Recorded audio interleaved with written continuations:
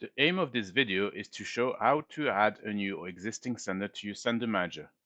As you can see, we're currently monitoring in my first space 2 domains. We are going to update the sender manager of the first domain in the list. To access the sender manager, you have two options. You either use the sender manager button located on the menu bar, left-hand side of your screen, and select the sender manager of the domain you would like to update in the drop-down menu. Alternatively, from the domain page, you can use the context menu located on the right-hand side of the domain you would like to edit and click on Sender Manager.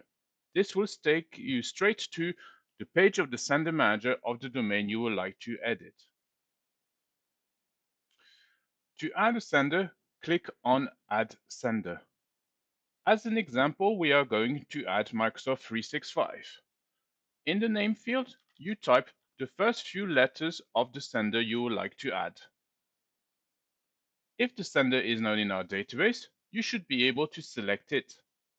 Later, I will explain how to add a sender that is not present in the database.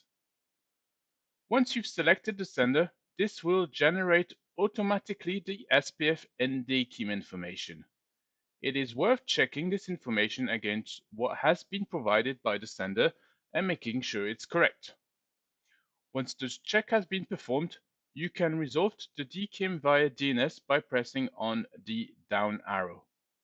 The public key present in the DNS under this selector name will be displayed in the value box. If the DKIM is published as a CNAME, the CNAME value will appear here. You repeat this process for all selectors in the list. Once this has been completed, you can select a type and, if required, add a description and click on Add.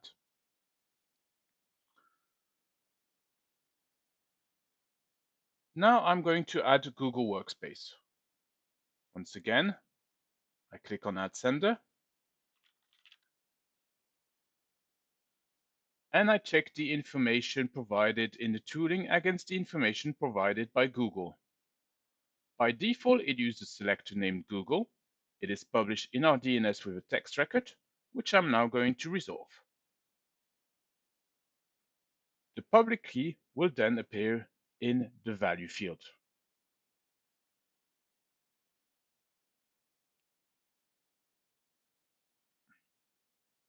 I will now click on Add to add the sender to the list. The Google sender has now been added to the list. However, the upper left quarter of the status circle colors red. This means that it can't find the SPS mechanism in the SPF record published on the domain. This is because we made a mistake when adding the sender. The information that was provided by Google for this mail flow is that it will use an SPF text record published on a subdomain. To edit the sender, you navigate to the context menu, right-hand side of the screen, and click on Edit. We will now remove the Declare SPF information to use a custom SPF domains. We type the custom SPF domain, and then we click on the arrow to resolve the SPF directive via DNS. I will now click on Save, and the sender will now update itself and the status will color green. I will now add a sender that is not in our existing database. To do so, once again I open the Add Sender wizard, type the name of the custom sender, give it a type, and declare the SPF and DKIM. For SPF, you can declare either an include, an IP4, an IP6, an A record, or an MX record. For this supplier, we will use a IP4 address, and I'll type it here.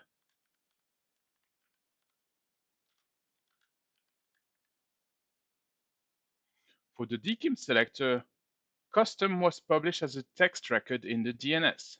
So I'm going to add a selector, type the name of the selector. It's a text record. There's a possibility as well to select a CNAME, but for this instance, it's a text record. And then I resolve the DKIM value via DNS by clicking on this arrow. This will now show the public key that has been published in the DNS. I click on Add, and this will add the sender to the sender manager list. Seeing this is a custom sender, I will edit a note and put the name of the person that is responsible of this mail flow and provide with his telephone number. And click on Save.